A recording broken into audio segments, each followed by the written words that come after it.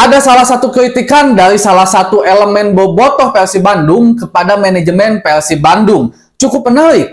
Apakah manajemen Persib Bandung sekarang sedang bobrok? Ada apa di dalamnya? Karena tidak bisa mempertahankan pemain-pemain inti. Ciro sudah pasti dilepas. Kevin Mendoza juga sama. Nick Kuifer juga sama. Dan kemungkinan David Da Silva, Tyron Delpino, Gustavo Perangka, Rahmat Irianto, Rian Kurnia akan hengkang juga dari Persib Bandung. Benarkah ada masalah di internal Persib Bandung? Mari kita bahas dari sudut pandang penikmat sepak bola, bukan pengamat sepak bola. Dari Sabang sampai Merauke, kita bersaudara. Bobotoh, salam dunia dimanapun kalian berada. Saya harap bobotoh semua menyimak sampai akhir video ini, karena saya tidak ingin ada hal-hal yang pada akhirnya menimbulkan gaduh dari perbincangan warung kopi antara kita selaku bobotoh, apalagi yang berhubungan dengan manajemen Persib. Kita di sisi lain udah juara, di sisi lain bobotoh seperti sedikit kecewa karena banyak pemain inti yang dianggap masih layak justru malah hengkang dari Persib Bandung. Saya ingin langsung aja bobotoh. Ini mulai terbuka, titik terangnya mulai terlihat setelah pada akhirnya Pak Adit mengeluarkan statement dalam waktu yang cukup panjang ketika memetakan Persib mau jadi apa ke depannya. Begitupun juga di dalamnya pembahasan-pembahasan tentang kenapa banyak pemain Persib Bandung yang hengkang. Saya harus akui dulu bobotoh, kalau dari segi komunikasi kepada publik, manajemen sekarang bisa dibilang lebih baik ketimbang manajemen yang lalu.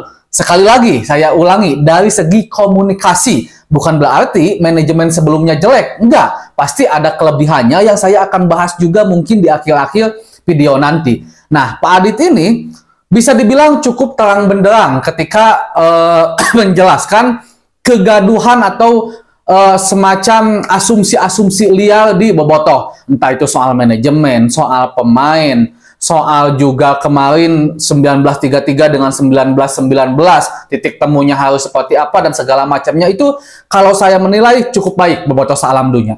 Intinya sekarang Persib Bandung menilai kalau pemain-pemain yang ada sekarang seperti Nick Kuifer, Kevin Mendoza, siapa yang hengkang tuh?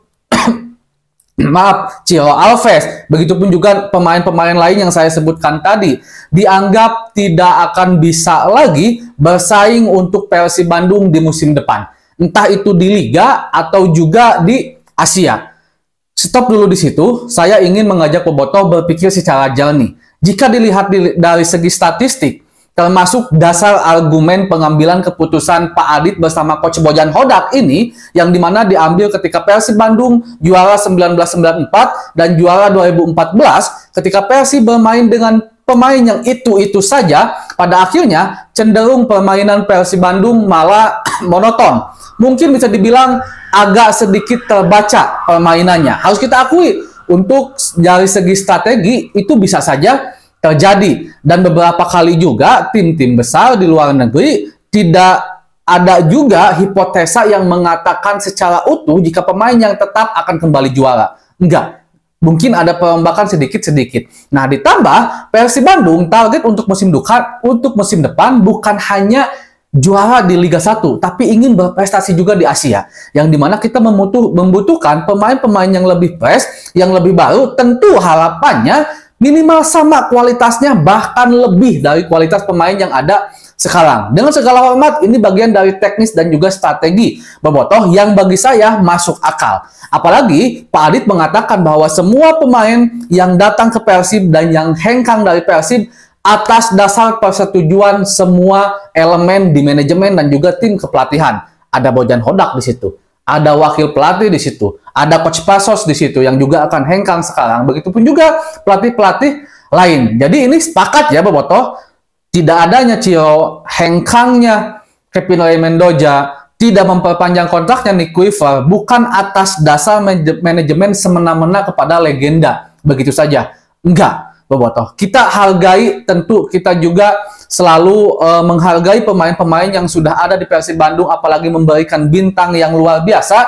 Tapi klub harus tetap berjalan. Saya yakin Bobotoh juga ingin Persib Bandung prestasi, terus berprestasi. Dan salah satu langkah yang dilakukan oleh manajemen, pertimbangannya ya tadi, pemain yang sekarang tidak akan mampu lagi bersaing untuk musim depan di Liga atau juga di Asia. Itu sebabnya kita butuh pembaharuan.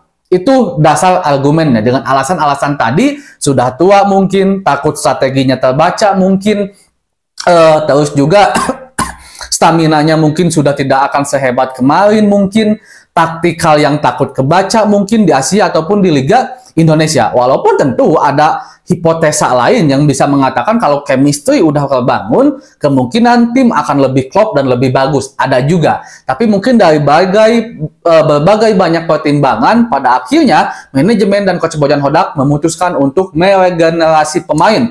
Terlepas pemain yang datang itu tua ataupun muda, tapi di sini bentuk regenerasinya itu bukan di kategori umur, tapi di kategori pembaharuan pemain. Sepakat ya, Bobotoh? Saya rasa ini pembahasan yang akan sampai kepada Bobotoh, mudah-mudahan jelas dan juga tidak ada ambigu-ambigu yang lain. Tugas kita, Bobotoh, sekarang tentu kita menginginkan Persib Bandung selalu memberikan yang terbaik. Dan target manajemen Persib Bandung yang dikatakan oleh Pak Adit ingin kembali juara. Hat-trick di musim depan, nggak ada kata tidak. Walaupun kalau seandainya gagal juara, ya minimal musim depan doang. Musim selanjutnya, seterusnya juara. Harapannya seperti itu. Apalagi Persib Bandung berkolaborasi dengan JDT.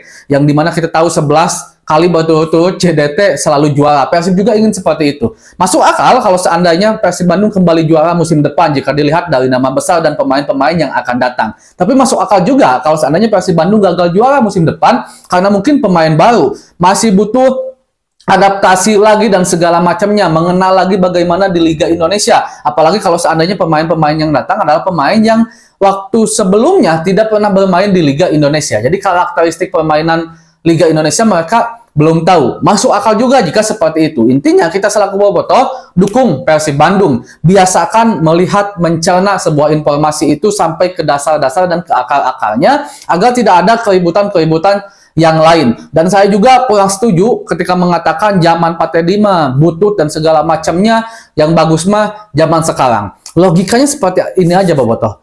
Bojan Hodak juara atas warisan Roberto Rene Albert dan juga Coach Luis Milla. Pemain-pemainnya jelas ada juga asupan dari Coach Bojan di situ, pemain-pemain baru yang datang seperti hanya Stefano Beltram, seperti hanya Tyrone Delfino. Walaupun Tyrone Delfino juga sejatinya itu warisan Coach Luis Milla, tapi Coach Bojan Hodak kan memiliki intuisi untuk kembali memanggil seorang Tyrone Delfino membela Maung Bandung gitu, Bobotoh. Itu intuisi juga. Nah, kolaborasi ini akhirnya menimbulkan sebuah klub yang besar dan juga juara 2 kali. Persib Bandung, kolaborasi warisan Coach Rene Albert, kolaborasi warisan Coach Luis Milla, dan juga diramu kembali oleh Coach Bojan Hodak. Bagi saya manajemen pun seperti itu. Pak Teddy mungkin dari segi komunikasi kurang kepada Bobotoh, tidak secapetang Pak Adit dan seterbuka Pak Adit. Tapi juga Pak Teddy meninggalkan legacy yang bagus, fondasi yang bagus bersama Persib Bandung, terutama karena orang-orang yang ada bersama Pak Adit juga adalah orang-orang Pak Teddy dulunya. Jadi bagi saya hal yang kurang tepat kalau ini lebih bagus, ini enggak. Saya lebih suka bahwa jika kebagusan itu menuju puncak, maka Pak Teddy dan Pak Adit adalah bagian dari anak tangga. Yang dimana kalau anak tangganya tidak ada satu saja, sulit kita untuk menuju puncak. Segitu dulu pembahasan hari ini, Bobotoh. Assalamualaikum.